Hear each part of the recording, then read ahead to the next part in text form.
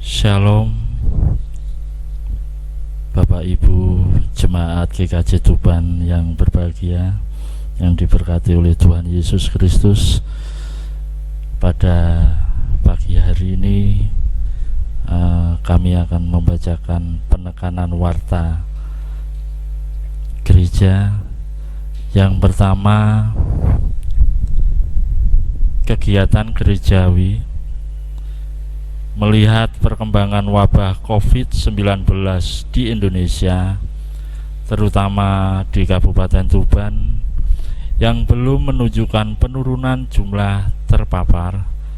Sebaliknya, adanya tren bertambah jumlah yang terpapar dan positif terkena corona. Maka dalam rapat Majelis Pleno tanggal 20 Mei 2020 diputuskan bahwa majelis memperpanjang pemberlakuan SK tanggap COVID-19 sehingga bentuk-bentuk kegiatan gerejawi baik ibadah minggu, ibadah anak, PA, dan PD di bulan Juni masih dilaksanakan di rumah masing-masing. Sedangkan kegiatan katekisasi, latihan vokal, paduan suara, rapat-rapat yang tidak mendesak ditiadakan, terhitung pada tanggal 1 Juni sampai dengan 30 Juni 2020. Yang kedua, berita tentang unduh-unduh. Dikarenakan peribadahan di bulan Juni masih dilaksanakan di rumah, maka rencana kegiatan unduh-unduh di Induk yang direncanakan minggu kedua bulan Juni 2020 ditunda pelaksanaannya pada bulan Agustus yang berdepatan dengan HUT pendewasaan GKJ Tuban ke-70. Adapun untuk pepantan Leran diserahkan kepada majelis dan jemaat yang ada di pepantan Leran. Untuk persembahan unduh-unduh berupa amplop dapat dikumpulkan sampai bulan Agustus. Penekanan yang ketiga, ucapan terima kasih. Komisi Pembangunan GKJ Tuban mengucapkan terima kasih kepada Ibu Titi Lestari dan Bapak Agung Pratama yang telah memberikan dukungan dana untuk renovasi ruang belakang gereja. Kiranya Tuhan memberkati. Yang keempat, bagi jemaat yang pada saat ini melaksanakan atau memperingati hari ulang tahun, yang pertama untuk Bapak Pendeta Lili Kristiawan. Yang kelima,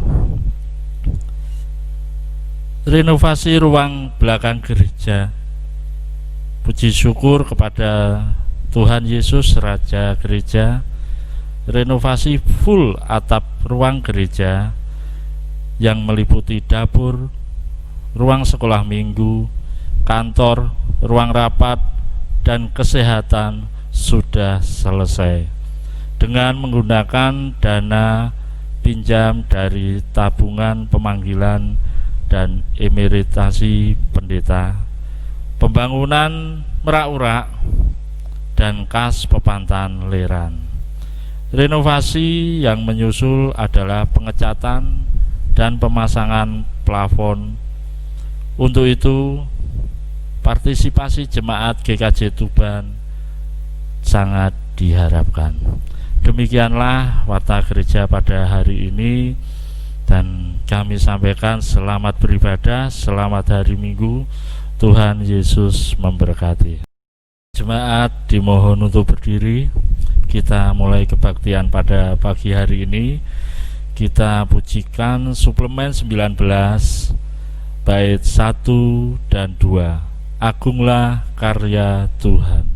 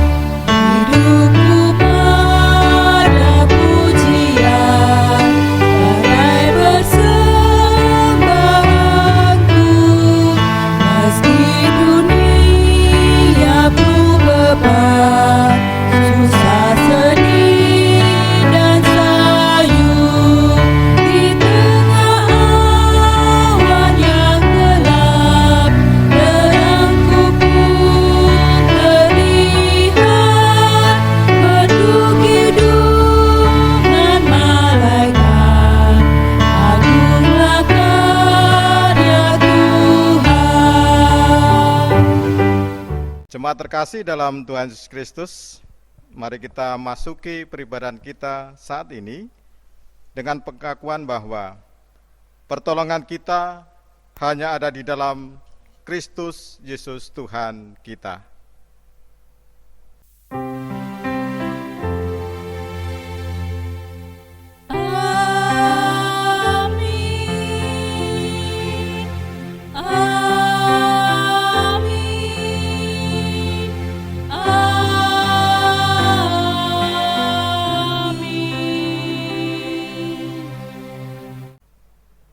Kasih karunia dan damai sejahtera dari Allah Bapa dan dari Tuhan Yesus Kristus ada pada saudara semuanya.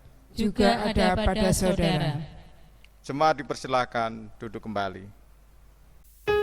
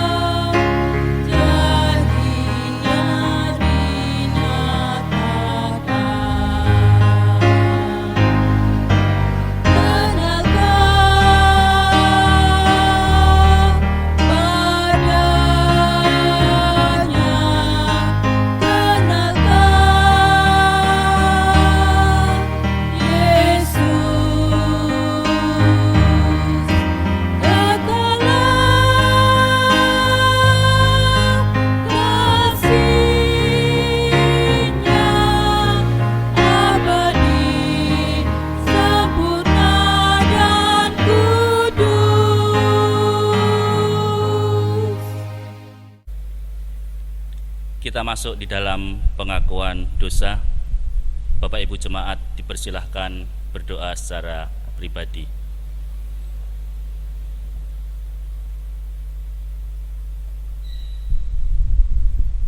Bersama dengan umat-Mu saat ini ya Tuhan, kami merasa dan kami mengakui bahwa sampai dengan saat ini kami masih seringkali melakukan kesalahan-kesalahan dan dosa di hadapan-Mu. Kasihanilah kami ya Tuhan, dan ampunilah kami yang seringkali karena pergumulan kehidupan kami lupa dan kami abai akan komitmen kami bahwa kami harus senantiasa hidup di dalam Engkau. Kami mohon Tuhan, kuatkan dan mampukan kami sehingga pengakuan akan dosa-dosa kami ini akan senantiasa juga dapat kami ikuti dengan pembaharuan di dalam kehidupan kami, dan juga pertobatan yang kami lakukan akan juga diikuti untuk kebaikan-kebaikan bagi sesama kami dan di hadapan Tuhan. Di dalam Kristus Yesus yang telah mengampuni kami memohon. Amin. Kita nyatakan penyesalan kita melalui pujian suplemen nomor 84 bait 1 dan 3, bagaimana juga.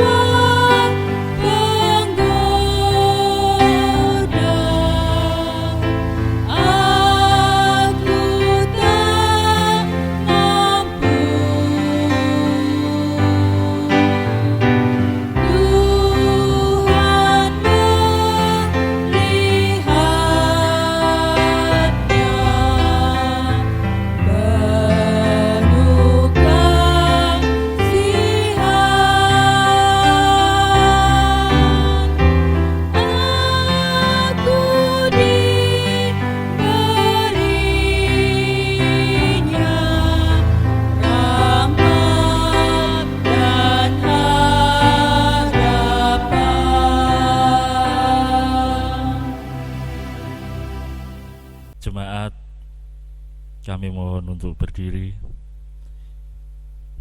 Tiba saatnya kita menerima berita anugerah yang kita ambil dari Filipi 1 ayat 20 sampai 22a. Sebab yang sangat kurindukan dan kuharapkan ialah bahwa aku dalam segala hal tidak akan beroleh malu, melainkan seperti sedia kala. Demikian pun sekarang Kristus dengan nyata memuliakan di dalam tubuhku, baik oleh hidupku maupun oleh matiku. Karena bagiku hidup adalah Kristus dan mati adalah keuntungan. Tetapi jika aku harus hidup di dunia ini, itu berarti bekerja memberi buah. Kita lanjutkan dengan pujian suplemen 97 bait 1 dan 3, adakah tempat padamu.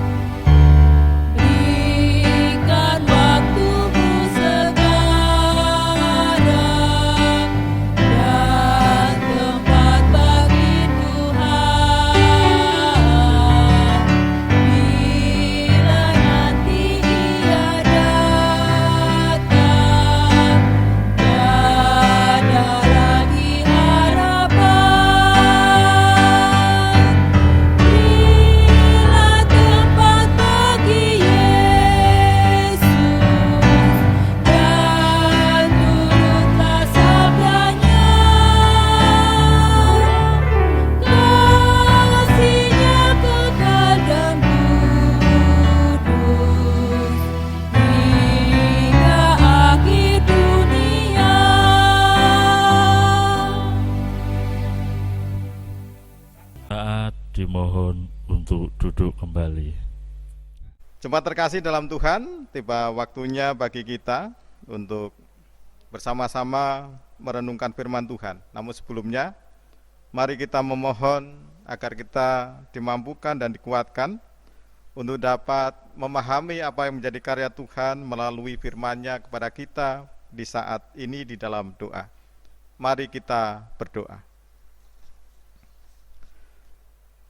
Allah Bapa Surgawi di dalam Tuhan Yesus Kristus, yang kami imani sebagai Tuhan dan Juru Selamat kami,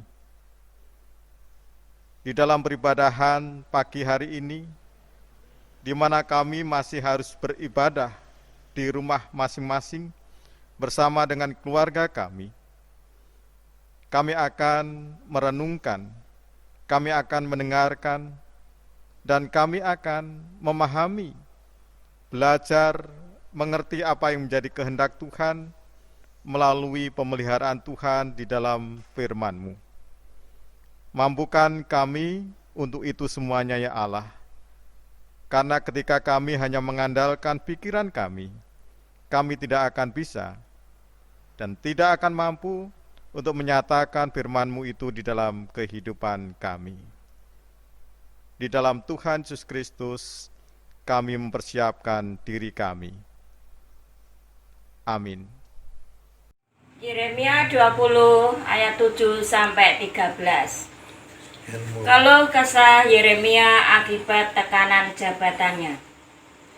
Engkau telah membujuk aku, ya Tuhan, dan aku telah membiarkan diriku dibujuk. Engkau terlalu kuat bagiku, dan engkau menundukkan aku. Aku telah menjadi tertawaan sepanjang hari. Semuanya mereka mengolok-olokkan aku. Sebab setiap kali aku berbicara, terpaksa aku berteriak, terpaksa berseru, kelaliman, aniaya, sebab firman Tuhan telah menjadi celah dan cemooh bagiku sepanjang hari. Tetapi apabila aku berpikir, aku tidak mau mengingat Dia dan tidak mau mengucapkan firman lagi demi namanya. Maka dalam hatiku ada sesuatu seperti api yang menyala-nyala, terkurung dalam tulang-tulangku. Aku terbelah lelah menahannya, tetapi aku tidak sanggup. Aku mendengar bisikan banyak orang, kegentaran datang dari segala jurusan. Adukanlah Dia, kita mau mengadukan Dia. Semua orang sahabat karibku mengintai apakah aku tersandung jatuh. Barangkali ia membiarkan dirinya dibujuk, sehingga kita dapat mengalahkan dia dan dapat melakukan pembalasan kita terhadap dia. Tetapi Tuhan menyertai aku seperti pahlawan yang gagah. Sebab itu orang-orang mengejar aku akan tersandung jatuh dan mereka tidak dapat berbuat apa-apa. Mereka akan menjadi malu sekali, sebab mereka tidak berhasil. Suatu noda yang selama-lamanya tidak terlupakan. Ya Tuhan semesta alam, yang menguji orang benar, yang melihat batin dan hati, biarlah aku melihat pembalasan-Mu terhadap mereka, sebab kepadamu-lah kuserahkan kepadaku. Menyanyilah untuk Tuhan, pujilah Tuhan, sebab Ia telah melepaskan nyawa yang orang miskin dari tangan orang-orang berbuat jahat. Demikianlah firman Tuhan. Bacaan Mazmur 69 ayat 7 sampai 10 disambung dengan ayatnya yang ke-16 sampai 18. Janganlah mendapat malu oleh karena aku, orang-orang yang menantikan Engkau ya Tuhan, Allah semesta alam. Janganlah kena noda oleh karena aku, orang-orang yang mencari Engkau ya Allah Israel. Sebab oleh karena Engkaulah aku menanggung celah, noda meliputi mukaku. Aku telah menjadi orang luar bagi saudara-saudaraku, orang asing bagi anak-anak ibuku. Sebab cinta untuk rumah-Mu menghanguskan aku, dan kata-kata yang mencela Engkau telah menimpa aku. Janganlah gelombang air menghanyutkan aku, atau tubir menelan aku, atau sumur menutup mulutnya di atasku. Jawablah aku ya Tuhan, sebab kasih setia-Mu baik. Berpalinglah kepadaku menurut rahmat-Mu yang besar. Janganlah sembunyikan wajah-Mu kepada hamba-Mu, sebab aku tersesat. Segeralah menjawab aku.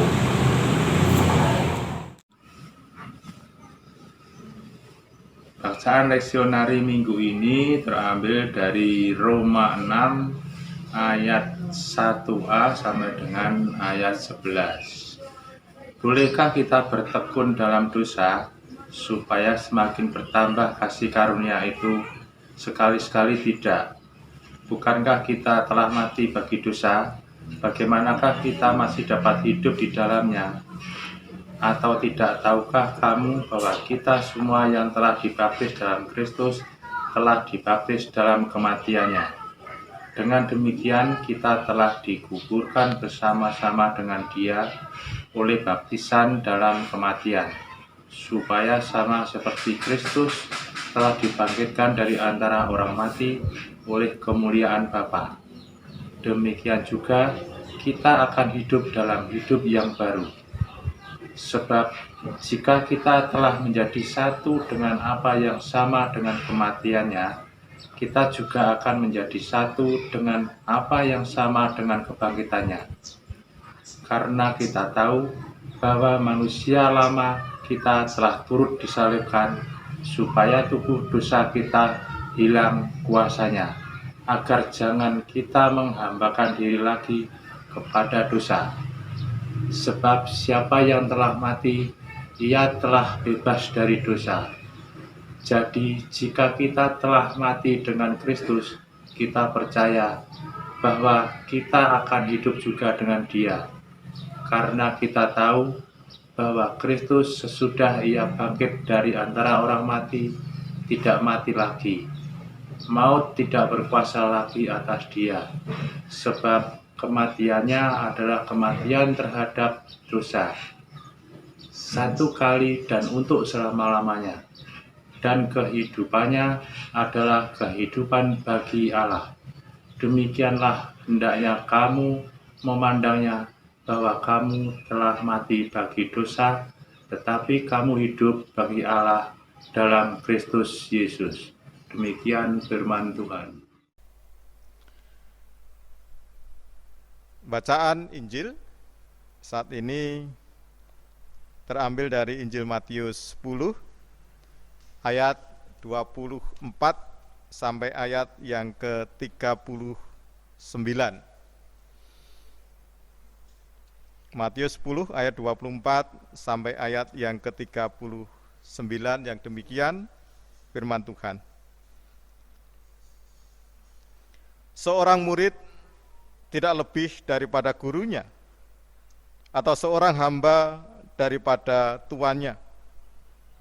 Cukuplah bagi seorang murid jika ia menjadi sama seperti gurunya, dan bagi seorang hamba jika ia menjadi sama seperti tuannya.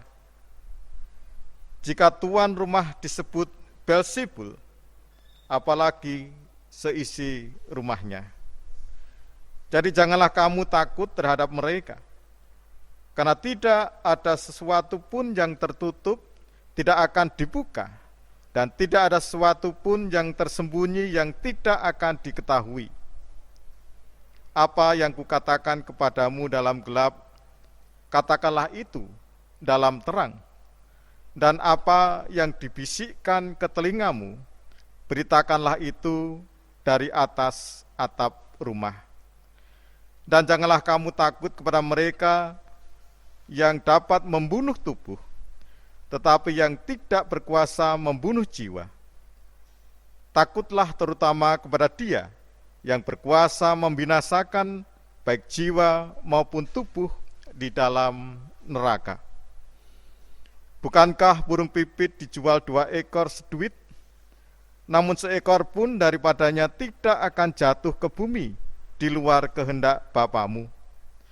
Dan kamu, rambut kepalamu pun terhitung semuanya. Sebab itu, janganlah kamu takut, karena kamu lebih berharga daripada banyak burung pipit. Setiap orang yang mengakui aku di depan manusia, aku juga akan mengakuinya di depan Bapa-Ku yang di surga. Tetapi barang siapa menyangkal aku di depan manusia, aku juga akan menyangkalnya di depan Bapa-Ku yang di surga. Jangan kamu menyangka bahwa aku datang untuk membawa damai di atas bumi. Aku datang bukan untuk membawa damai, melainkan pedang. Sebab aku datang untuk memisahkan orang dari ayahnya, anak perempuan dari ibunya, menantu perempuan dari ibu mertuanya, dan musuh orang ialah orang-orang seisi rumahnya. Barang siapa mengasihi bapa atau ibunya lebih daripadaku, ia tidak layak bagiku. Dan barang siapa mengasihi anaknya laki-laki atau perempuan lebih daripadaku, ia tidak layak bagiku. Barang siapa tidak memikul salibnya dan mengikut aku, ia tidak layak bagiku. Barang siapa mempertahankan nyawanya, ia akan kehilangan nyawanya. Dan barang siapa kehilangan nyawanya karena aku, ia akan memperolehnya. Demikianlah firman Tuhan. Yang berbahagialah ialah mereka yang membaca, mendengarkan, dan senantiasa memeliharanya dalam hidup. Haleluya. Haleluya, haleluya, haleluya.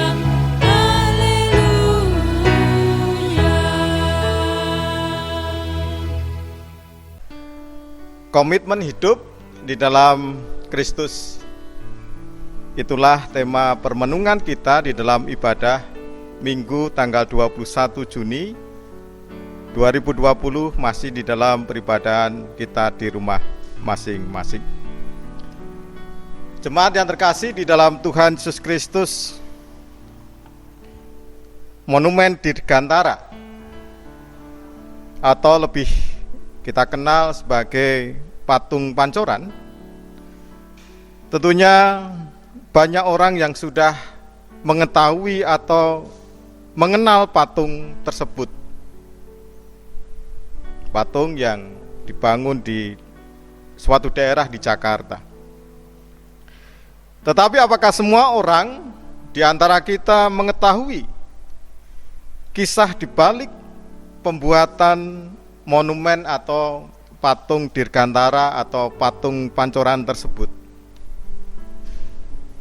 Mari kita akan melihat sejenak di balik pembuatan monumen atau patung Pancoran tersebut. Ada seorang yang bernama Edi Sunarso. Dia adalah seorang seniman patung kecintaan dari sang proklamator Presiden Republik Indonesia yang pertama, yaitu Bung Karno. Pertemuan pertama tahun 1953 ketika peresmian Tugu Muda di Semarang. Presiden Republik Indonesia yang pertama, Bung Karno, menghampiri Edi Sunarso, memberikan selamat kepada dia. Selamat bukan karena Edi Sunarso tersebut yang membuat Tugu Muda, tetapi ternyata Edi Sunarso itu telah memenangkan lomba sebagai juara kedua lomba patung internasional pada zaman itu yang dilakukan atau diselenggarakan di London, Inggris. Setelah perkenalan tahun 1953 itu, pada tahun 1959 Edi Sunarso dipanggil Bung Karno ke Jakarta.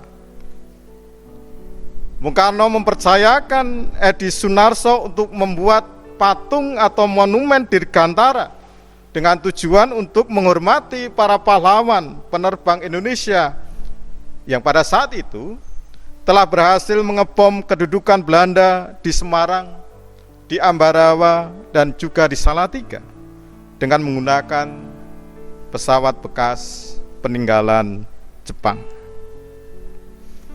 Proses sudah dilakukan, pembuatan yang dilakukan di Jogja juga sudah dilakukan.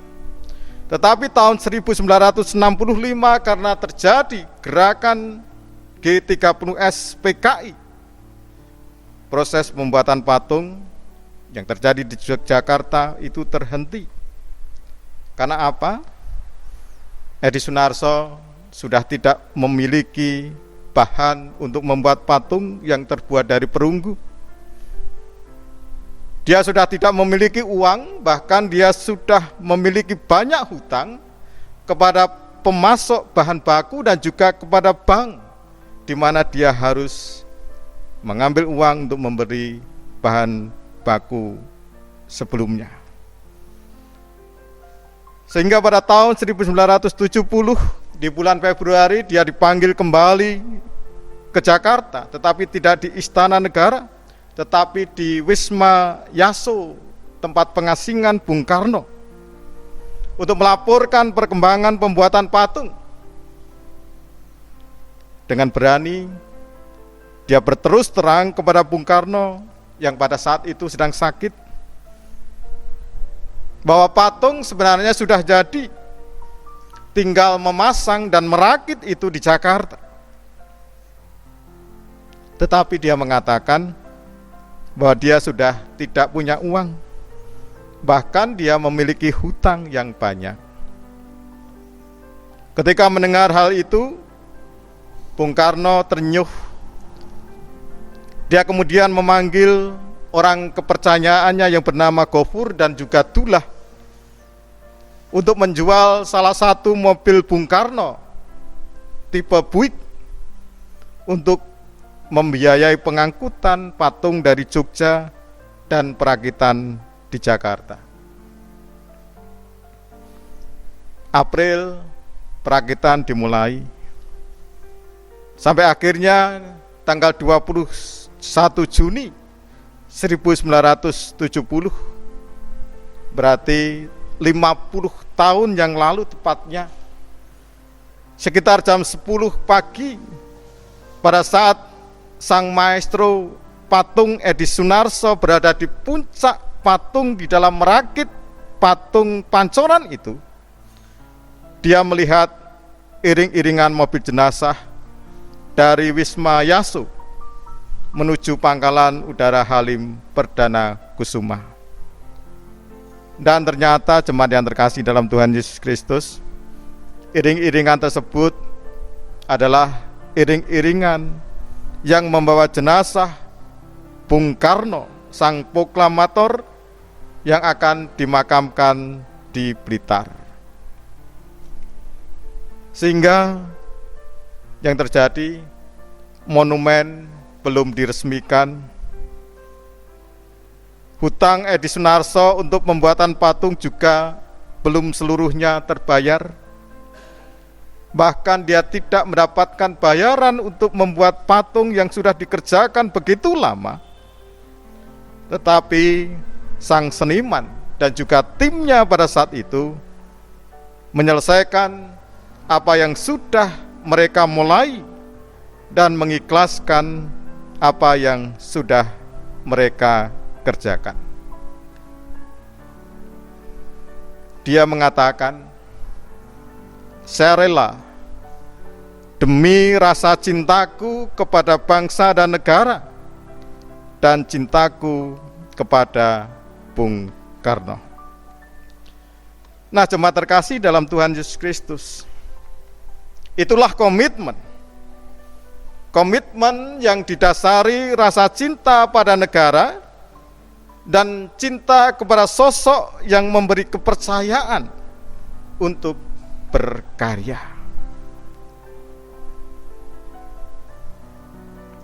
Sekarang jemaat yang terkasih dalam Tuhan Yesus Kristus, kondisi kita saat ini banyak dialami orang, bahkan kita sebagai orang percaya, kita kehilangan komitmen di dalam hidup. Komitmen yang semula diikrarkan dengan kuat, tetapi di dalam perjalanannya, komitmen itu mulai memudar. Komitmen itu mulai luntur, bahkan komitmen itu mulai hilang. Misal, komitmen hidup keluarga sebagai suami istri, komitmen di dalam pekerjaan, komitmen di dalam panggilan pelayanan, bahkan komitmen untuk tetap setia hidup di dalam Kristus. Memang banyak yang menyebabkan komitmen itu luntur, bahkan hilang. Dari jemaat mungkin bisa mengatakan di dalam diri masing-masing apa yang menjadi penyebab seseorang kehilangan komitmen mereka. Mungkin mereka bosan. Bahkan suatu saat saya pernah bertemu dengan sepasang suami istri yang akhirnya mereka bercerai karena mereka salah satunya mengatakan, "Pak, saya sudah tidak mencintai dia." Mungkin keterpurukan hidup, mungkin jabatan, mungkin juga karena orang tua, karena anak, karena faktor ekonomi, karena sakit hati, dan masih banyak lagi hal-hal yang dapat melunturkan bahkan menghilangkan komitmen seseorang. Sehingga melalui bacaan kita di hari ini, kita akan belajar bersama apa dan bagaimana kita semuanya bisa setia di dalam komitmen. Terkhusus saat ini, komitmen di dalam Kristus. Mari kita lihat bacaan-bacaan yang telah kita baca tadi. Yeremia merasakan pergumulan yang begitu berat di dalam perjalanan panggilan kenabiannya. Bahkan dia mengeluhkan tentang beratnya pergumulan karena jabatan dia sebagai nabi kepada Allah. Mungkin ini terjadi dalam diri kita. Beratnya jabatan sebagai pendeta, sebagai anggota majelis, penatua diaken, sebagai pengurus di kelompok, bahkan jabatan sebagai anak-anak Allah. Ingin rasanya Yeremia berhenti, lari dari tugas panggilannya. Tetapi karena keyakinan imannya, itulah yang menguatkan dia. Dia merasakan bahwa hatinya seperti api yang menyala-nyala. Dia meyakini bahwa Tuhan menyertai dia seperti pahlawan yang gagah. Itulah pergumulan Yeremia dan yang menguatkan komitmen panggilan kenabiannya. Yang kedua, kita belajar dari sang pemazmur. Di dalam keterbukaannya kepada Tuhan, sang pemazmur menyatakan pergumulan yang hampir sama dengan Yeremia. Dia merasakan bahwa dia itu dibenci, dia itu ditinggal, bahkan dia dikucilkan oleh banyak orang-orang terdekat dia. Terlebih, dia dikucilkan oleh keluarganya. Karena apa? Bukan karena dia menjadi orang nakal, tidak.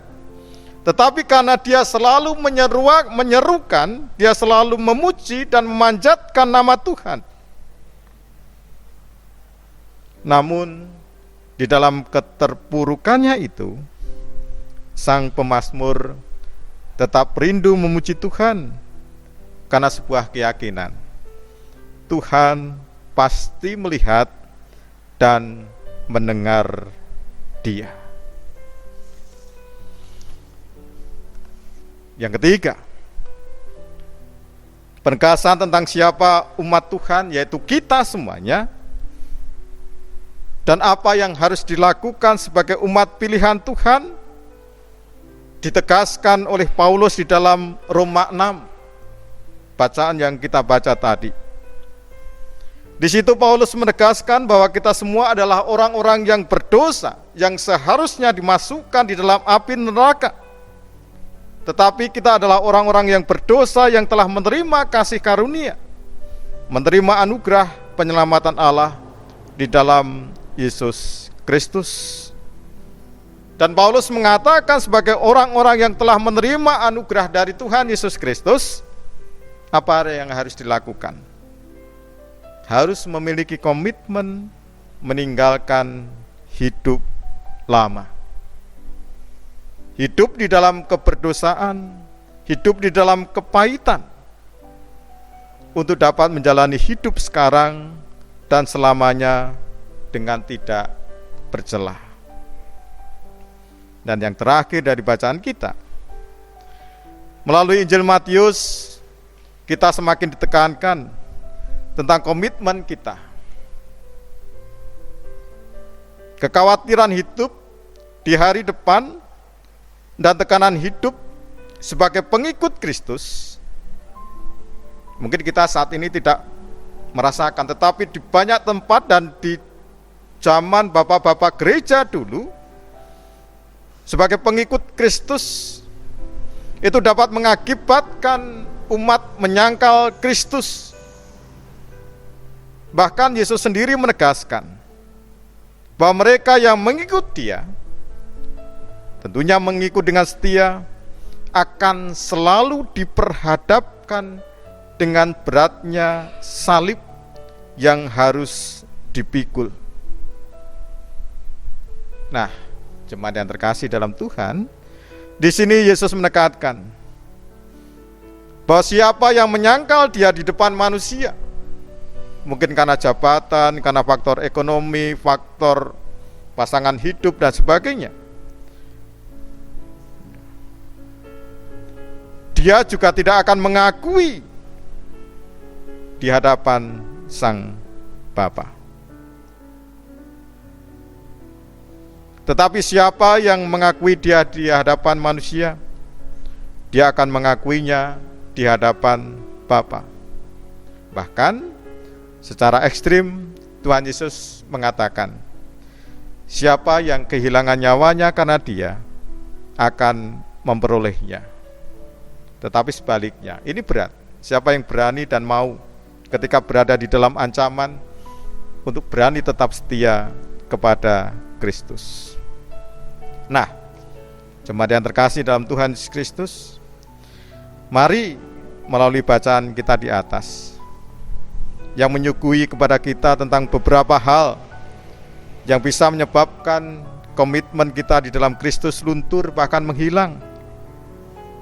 Tetapi monggo kita belajar dari sang maestro patung Edi Sunarso. Dia tetap berkomitmen menyelesaikan pekerjaannya walaupun tidak mendapatkan bayaran, bahkan harus menanggung hutang.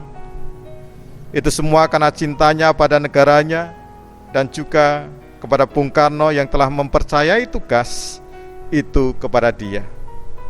Apalagi kita yang adalah milik Kristus, mari kepada Kristus yang telah mempercayai. Bukan hanya Bung Karno kepada Edi Sunarso, tetapi Tuhan yang telah mempercayai kita sebagai rekan kerjanya. Tuhan yang telah menerima kita dengan segala celah dan dosa kita. Bahkan Tuhan yang telah mengambil kita sebagai anak-anaknya. Apakah itu semuanya akan kita gadaikan, kita ganti dengan jabatan kita? Kita gadaikan dengan calon pasangan hidup kita? Kita gadaikan dengan uang? Bahkan kita gadaikan dengan kesenangan-kesenangan duniawi yang lainnya. Silahkan jemaat untuk merenungkan itu. Apakah kita, komitmen kita kepada Tuhan mulai luntur, atau dengan peristiwa saat ini lebih menguatkan kita menjadi anak-anak Tuhan. Tuhan memberkati kita. Mari kita masuk di dalam saat hening sejenak.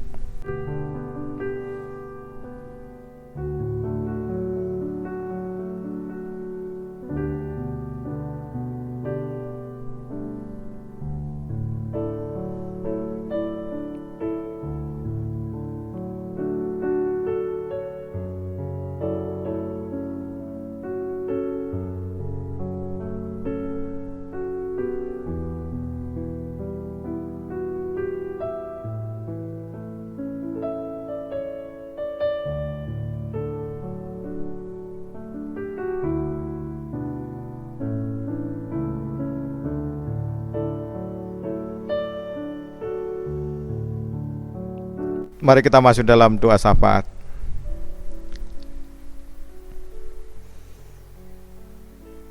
Di dalam pergumulan kami hingga saat ini, dengan berbagai pertanyaan dalam hidup kami, dengan berbagai hal yang saat ini dapat membuat kami jenuh, sakit hati,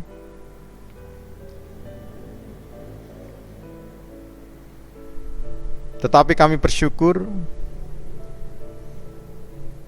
Engkau tetap menjaga kami, Engkau tetap memberkati kami, memberikan kami kesehatan, sehingga kami pun di dalam keterbatasan gerak kami dapat memuji, memuliakan nama Tuhan melalui apapun juga yang kami lakukan. Kami masih dapat bekerja, kami dapat melayani Engkau Tuhan. Itu semuanya hanya karena kasih Tuhan kepada kami. Pada saat ini kami bersyukur atas setiap peristiwa pribadi lepas pribadi yang terjadi pada jemaat Tuhan di GKJ Tuban. Baik peristiwa yang menyenangkan hati, terlebih peristiwa-peristiwa yang menyakitkan, yang menyedihkan.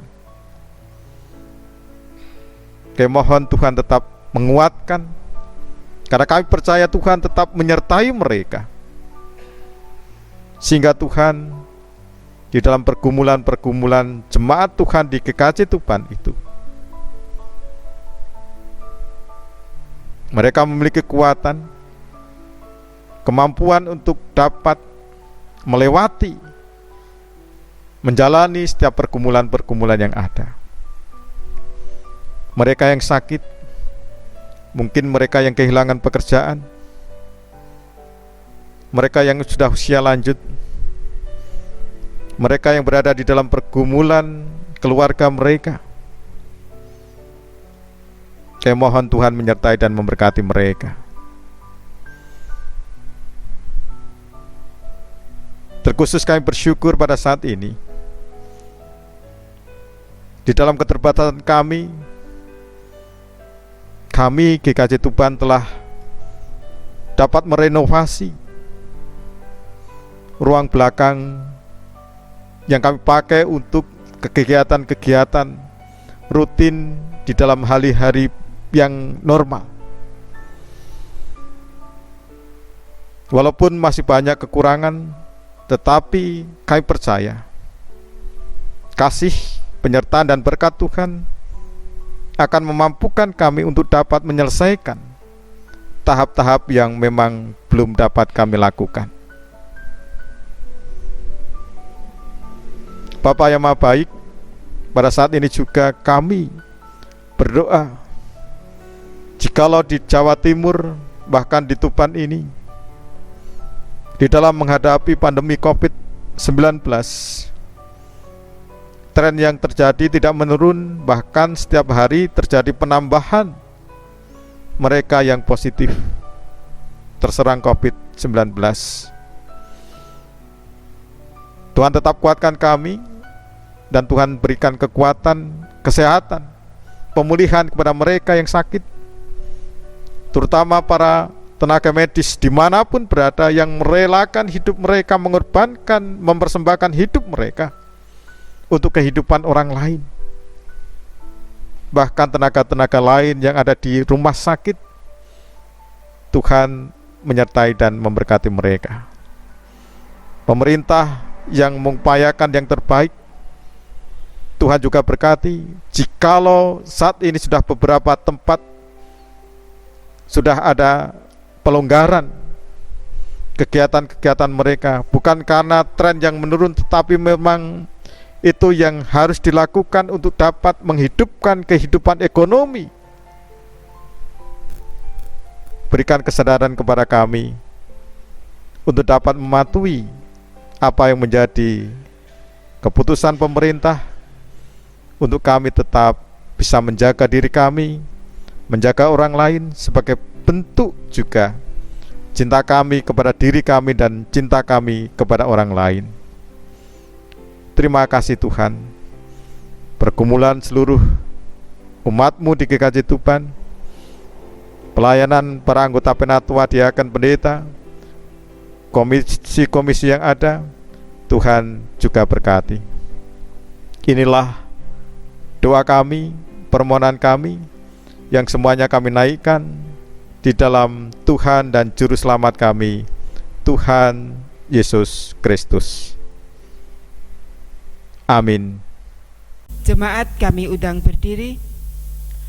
Bersama umat Tuhan di segala abad dan tempat, marilah kita menyatakan pengakuan iman menurut teks nyanyian Kidung Jemaat 280 bait yang pertama sampai yang ketiga. Aku percaya.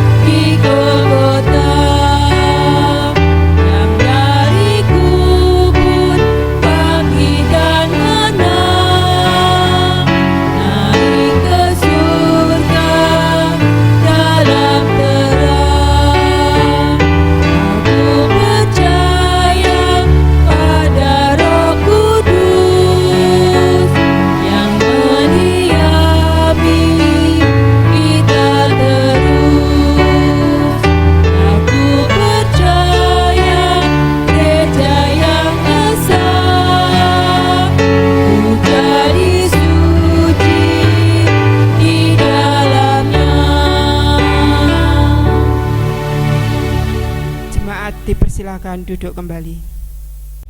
Marilah kita mengucapkan syukur atas kemurahan Allah melalui persembahan yang kita kumpulkan bersama.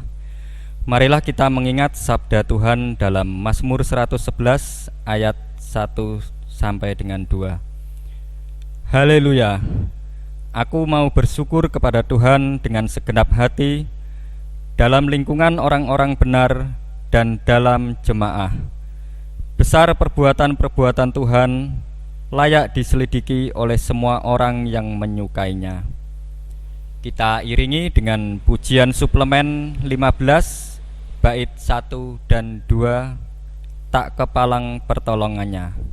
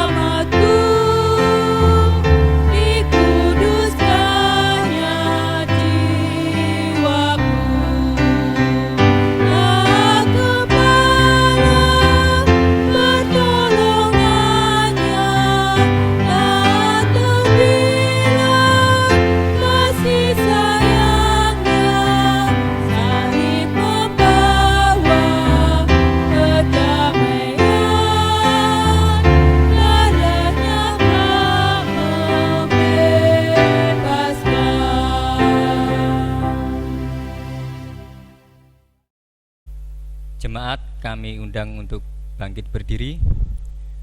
Mari kita bawa persembahan ini di dalam doa.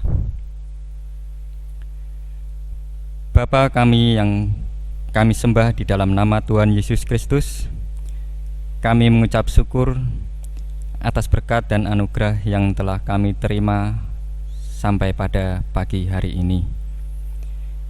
Kami mengucap syukur Tuhan, jikalau pada pagi hari ini kami masih bisa berkumpul untuk beribadah, memuji nama Tuhan, dan juga mengucap syukur atas persembahan yang telah kami bawa ini. Kiranya Tuhan menyucikan persembahan ini, agar persembahan ini layak bagi Engkau, dan Engkau juga mengampuni atas dosa dan kesalahan kami, jikalau kami di dalam memberikan persembahan ini masih terselip dosa dan kesalahan, kami mohon ampun. Ya Tuhan, kami serahkan doa persembahan dan ucapan syukur ini ke dalam tangan kasih-Mu, Tuhan Juru Selamat kami, Tuhan Yesus Kristus, yang juga telah mengajarkan kepada kami doa Bapa kami. Bapa kami yang di surga, dikuduskanlah nama-Mu, datanglah kerajaan-Mu, jadilah kehendak-Mu di bumi seperti di surga. Berikan kami pada hari ini makanan kami yang secukupnya, dan ampuni kami akan kesalahan kami, seperti kami juga mengampuni orang yang bersalah kepada kami. Dan jangan membawa kami ke dalam pencobaan, tetapi lepaskanlah kami daripada yang jahat.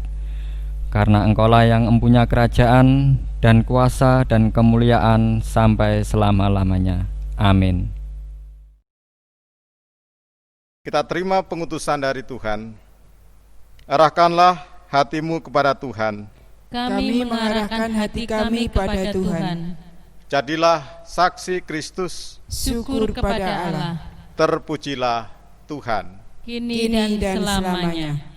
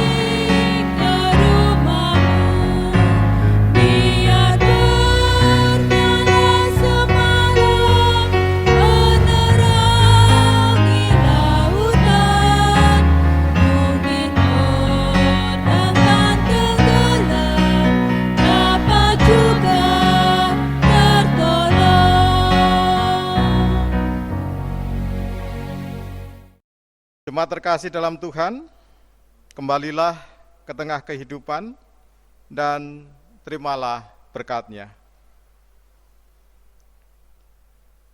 Kasih karunia Tuhan Yesus Kristus dan kasih Allah Bapa serta persekutuan Roh Kudus menyertai saudara-saudara sampai selama-lamanya.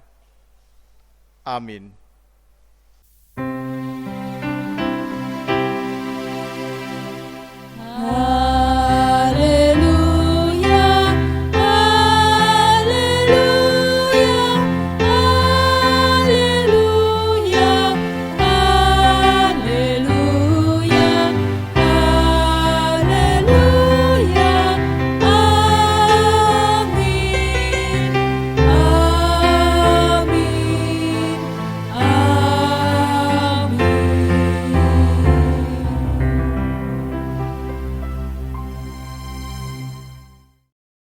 Selamat hari Minggu, Tuhan memberkati.